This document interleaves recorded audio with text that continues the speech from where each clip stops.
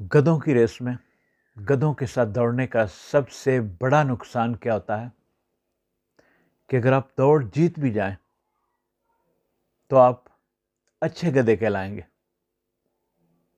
زندگی میں اس بات کی بہت اہمیت ہے کہ آپ کی برابری کس سے کی جا رہی ہے اور آپ کا کمپیٹیٹر کون ہے۔ ایک ترک کہاوت ہے کہ اگر آپ کی بحث بدتمیز شخص سے ہو تو ہار مان لیجئے، کیونکہ آپ کی آواز کتنی ہی دمدار کیوں نہ ہو، آپ ایک کتے سے اچھا نہیں بھونک سکتے۔ ایسی بحث جس میں اخلاق کا دائرہ ٹوٹ جائے، وہاں پر جیت بھی کوئی معنی نہیں رکھتی۔